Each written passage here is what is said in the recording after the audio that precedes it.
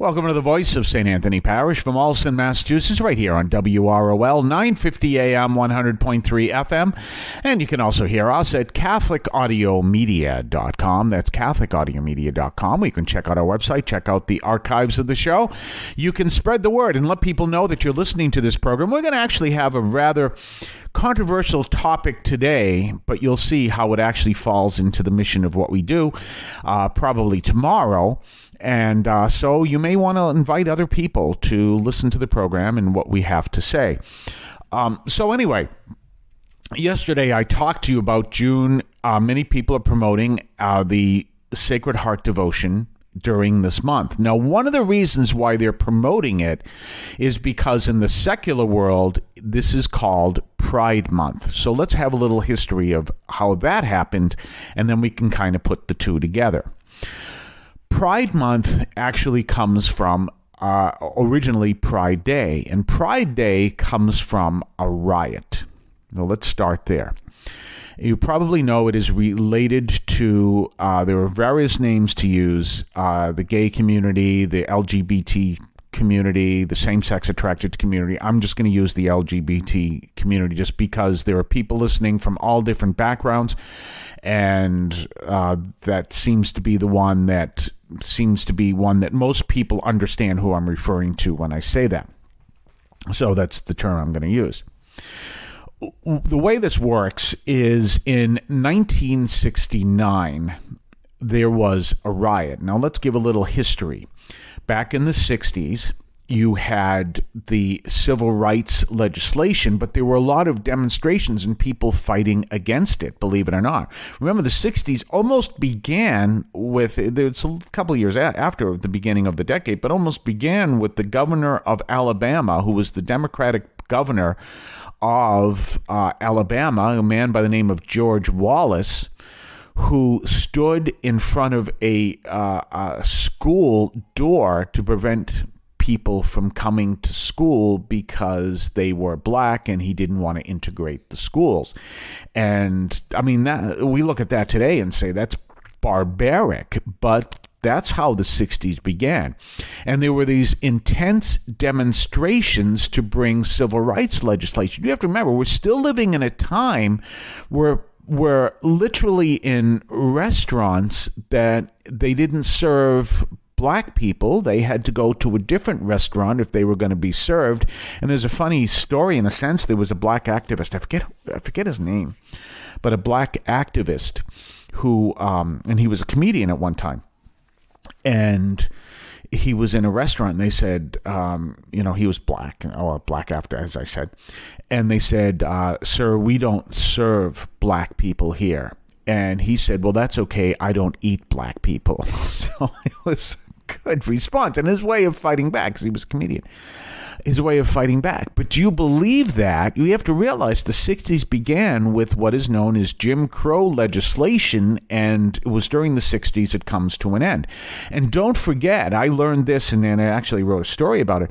I learned this a while ago, that Hitler's anti-Jewish legislation was based on American Jim Crow legislation. He loved the Jim Crow laws, and he used it in Nazi Germany. So that's how horrible those laws were. I want to read a great book. I read it a long time ago, but a real classic book. It's Black Like Me. And it's the story of a man who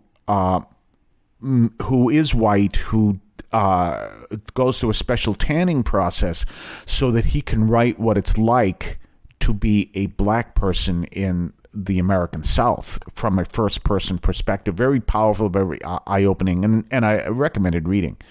What's his name? Howard Griffin. James Howard Griffin. Anyway, a famous book. So it's around that time in the 60s that all of this legislation is coming out. There were the Black Panthers. There was a group that was looking for more equality for older people. They called themselves the Grey Panthers, and you had all this stuff. Okay.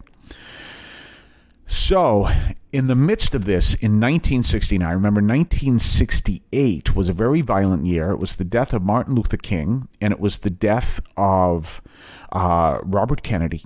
So it was a very violent year anyway. It wasn't the Summer of Love. That was 1967. And many people say it was the Summer of Love in 1969. No, that was 1967.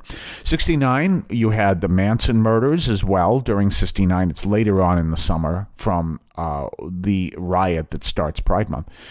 And so you had a lot going on. And, of course, Woodstock was also around the same time. And, by the way, the following month is when man lands on the moon. So what happens is there were various gay bars, but they wouldn't be called, as I understand, gay bars at the time because the term gay was being used, but it wasn't really used in popular parlance until this time. And one of my sources on this is American Experience from public broadcasting, so definitely check that out, all about this event. And what happened was the police raided a bar in Manhattan in Greenwich Village called the Stonewall Inn. And it was at this point that they had commonly done this. And remember, you have to go back to the time. If you were arrested in one of these places, you could lose your job, you could lose your family. It was considered a criminal act. It was against the law. You could go to jail. So as you can imagine that this would be a traumatic event for if you happen to be in a place like this and you were arrested. Now, granted, other places, after these places were closed, there was certain activity that we would consider in the Christian community sinful going on, but that's a different story. This is something that's a story, and we're going to talk more about that tomorrow. So the police raid the Stonewall Inn, but the patrons fight back. And this is where the riot begins. And it's 3 nights of this intense riot that the police weren't expecting it. It turns into a public relations disaster. It turns into an actual physical disaster. It's a horrendous experience that happens in the city on both sides, and it wasn't what it was expected. And what happened is the patrons of the inn said, "We've had enough, and this will stop." And I believe at one point that some of the police who raided the place were locked in; they couldn't even get out. So they were held captive. So it turned into this great riot that happened.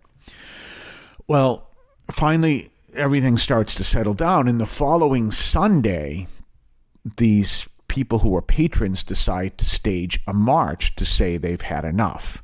And that began the first Pride Parade, and that became Pride Day. Pride does not mean the vice of being prideful. It actually means no more shame. In other words, they're not going to hide who they are anymore. They're not going to feel shameful who they are anymore. This is who they are. Get over it. Now, do understand there are things like conversion therapy and things like that.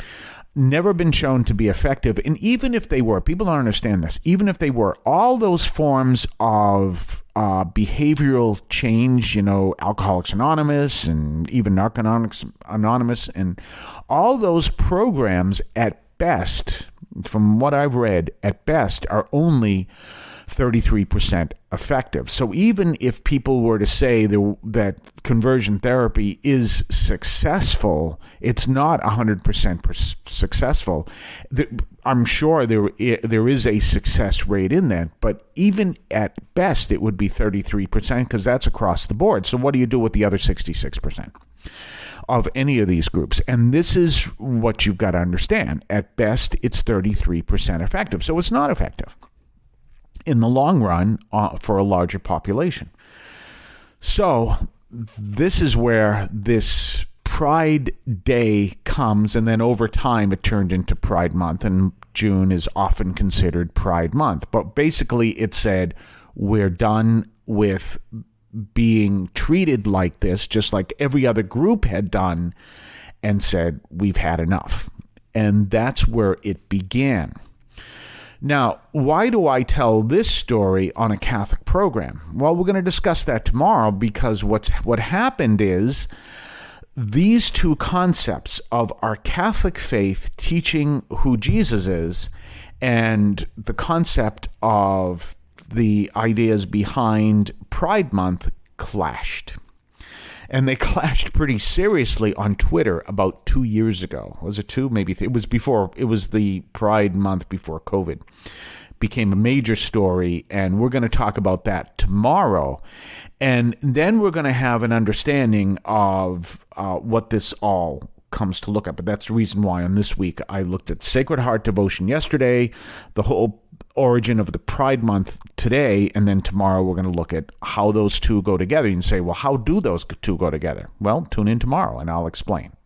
I want to call your attention to Catholic TV, which offers great faith-filled, family-friendly programming 24 hours a day. You can find your cable channel at www.getcatholictv.com, and you can watch online on the free apps or check out the YouTube channel. Daily Mass, Rosaries, the Divine Mercy Chaplet, and the Our Lady of Perpetual Help Novena are all available online and on demand. Check out CatholicTV.com. And don't forget our own website, CatholicAudiomedia.com. That's CatholicAudiomedia.com. Check out the website. Check out the archives of the show. You can check out our Substack newsletter if you want. Please do that. We've got all kinds of things coming over there. And a lot of stuff. CatholicAudiomedia.com. So anyway, we'll be back tomorrow with the third part of this little series, and tomorrow I'm going to discuss how those two, what would seem completely opposite things, come together and why they haven't come together, and kind of an understanding of the two sides. We'll be back tomorrow. In the meantime, have yourself a blessed day. If you would like to support our program, please consider a donation to St. Anthony Parish in Allston, Massachusetts. There are several ways to consider this. One is to purchase any of our merchandise, which you can find at the shopping tab at CatholicAudiomedia.com. That's CatholicAudiomedia.com. There are coffee mugs there. There's also my latest book, Encounter Christ in Your Humanity, all of which you can find at the shopping tab at CatholicAudiomedia.com. You can also donate to the show directly through either the Donate tab, also at CatholicAudiomedia.com, or by sending a donation through the U.S. Postal Service with your questions and comments at 43 Holton Street, Allston, Massachusetts, 02134. That's St. Anthony Parish, 43 Holton Street, Allston, Massachusetts, 02134. Finally, the best way you can support our parish is to attend Mass on Sundays at 10 o'clock and be a part of our parish. We thank you for any support you would like to give to St. Anthony Parish in Allston, Massachusetts, the sponsoring parish for this media outreach to Catholics and other Christians in the WROL, WEZE, and podcast listening audience. In Cristo vivimos.